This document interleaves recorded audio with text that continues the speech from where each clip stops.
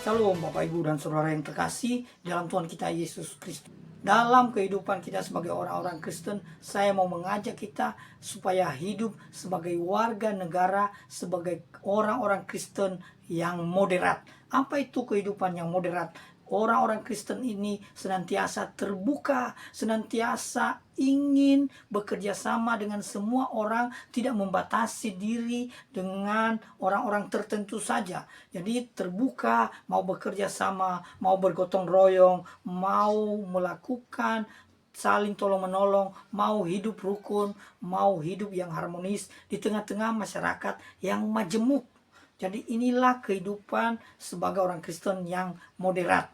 Beberapa waktu yang lalu ada teman membagikan link menceritakan kepada saya bahwa ada suatu perdebatan antara orang Kristen, antara kita orang Kristen dengan orang yang berbeda agama dengan kita. Jadi channel ini menunjukkan bahwa seolah-olah kita menang, kita mengejek, kita mengungkap-ungkap kepercayaan agama lain, kita menghina, kita memberikan pendapat untuk menyudutkan, kita menyampaikan pertanyaan-pertanyaan yang cenderung mengejek, menghina, memprovokasi, dan lain sebagainya. Saya mau katakan bahwa untuk hal-hal semacam ini, saya tidak setuju, saya tidak sarankan. Mengapa? Karena ini bukan sesuatu hal yang membangun sebenarnya. Jadi memang di dalam kehidupan kekristenan kita, kita perlu memberikan pertanggungjawaban iman kita. Namun saya mau sampaikan, kita tidak diperintahkan untuk menyerang, mengejek, menghina kepercayaan orang lain. Salah satu rujukan biasanya ayat yang dipakai sebagai dasar untuk berdebat, untuk berargumen dengan orang-orang yang tidak seagama, orang-orang yang tidak sama kepercayaan dengan kita. Biasanya diambil dari 1 Petrus pasal yang ketiga ayat yang ke-15. Saya coba bacakan ayatnya bagi kita. Demikian firman Tuhan, kuduskanlah Kristus di dalam hatimu sebagai Tuhan. Siap sedialah pada segala waktu untuk memberi pertanggungjawaban kepada tiap-tiap orang yang meminta pertanggungjawaban dari kamu tentang pengharapan yang ada padamu. Jadi ini ayat ini biasanya sebagai landasan, sebagai dasar untuk kita berapologetika. Dan apologetika itu diterapkan secara praktis dalam pengertian berdebat. Nah, saya berpikir, saya berpendapat bahwa memang ini kebenaran Tuhan. Kita harus berapologetika, kita harus memberikan pembelaan. Jadi kata memberi pertanggungjawaban itu diterjemahkan dari kata Yunani yang nanti artinya apologia. Jadi pertanggungjawaban ini diterjemahkan dari kata Yunani yang kata dasarnya nanti apologia.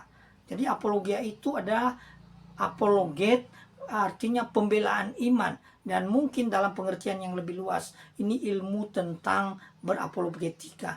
Ini cara penerapan tentang berdebat. Ini kan yang kadang-kadang terjadi. Ini boleh-boleh saja. Bahkan kalau terjadi forum debat kusir, walaupun saya tidak terlalu sarankan, itu boleh-boleh saja kalau memungkinkan. Namun saya menolak keras. Saya sangat tidak setuju. Saya tidak sarankan. Bahkan saya tegur, saya sampaikan ini tidak boleh dilakukan. Kalau di dalam berapologetika, kalau di dalam berdebat, kalau di dalam berinteraksi dengan orang yang berbeda agama dengan kita, kita menghina, kita mengejek, kita menyampaikan kata-kata yang bersifat memojokkan, ya, kita menjelekkan, kita menyuduhkan, atau bahkan meremehkan kepercayaan orang lain. Ini yang tidak boleh. Kita membuat provokasi kepada sesama orang Kristen. Lihat loh, kepercayaan mereka begini. Ini memalukan, ini tidak baik, ini tidak bagus. Itu jangan kita lakukan. Saya tidak menyarankan, saya tidak menginginkan hal itu terjadi bagi kita orang-orang percaya. Bagi kita orang-orang Kristen, kita ini hidup di tengah masyarakat yang majemuk. Kita mungkin sedikit malah. Bagaimana kita harus hidup secara lebih baik. Dan salah satu caranya kita menghindari debat-debat yang menghina agama, kepercayaan orang lain. Jadi saya melihat di dalam channel itu saya tidak setuju. Mengapa? hanya menghina orang lain, menghina kepercayaan agama lain, mengusik-musik, mengotak-atik ayat-ayat dalam kitab suci orang lain. Saya tidak setuju.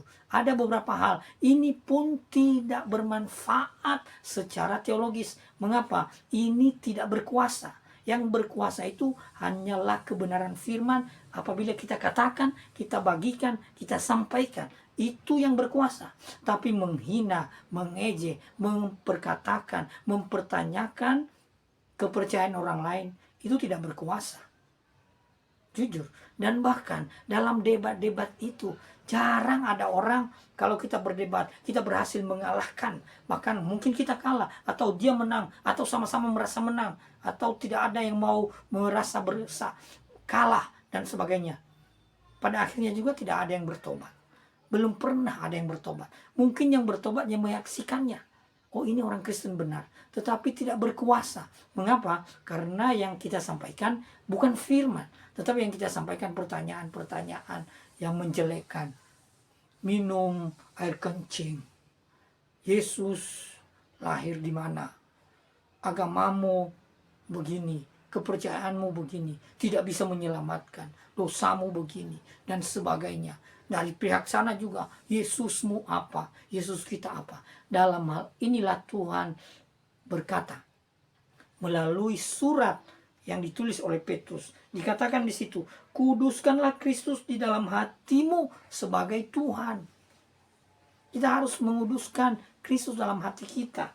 Kemudian bagian yang terakhir disebutkan di situ, tetapi haruslah dengan lemah lembut dan hormat. Lemah lembut dan hormat.